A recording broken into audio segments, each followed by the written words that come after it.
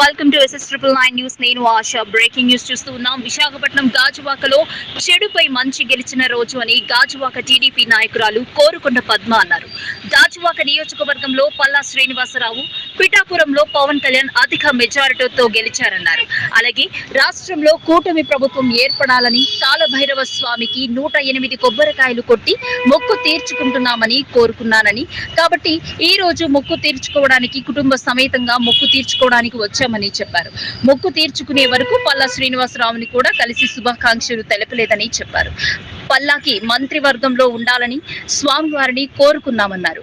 కార్యక్రమంలో సాహితీ, సంజన, గీతిక పాల్గొన్నారు. నేను గాజువాక వాస్తవ్యాలని నేను ఈ రాష్ట్రంలో కూటమి అధికారంలోకి రావడం కోసం చంద్రబాబు నాయుడు గారిని, పవన్ కళ్యాణ్ గారిని, పల్లా శ్రీని గారిని అలాగే అత్యధిక మెజార్టీలో గెలిపించమని శ్రీ కాలభైరవ స్వామికి మొక్కుకోవడం జరిగింది. 100 కొబ్బరికాయలు కొడతానని.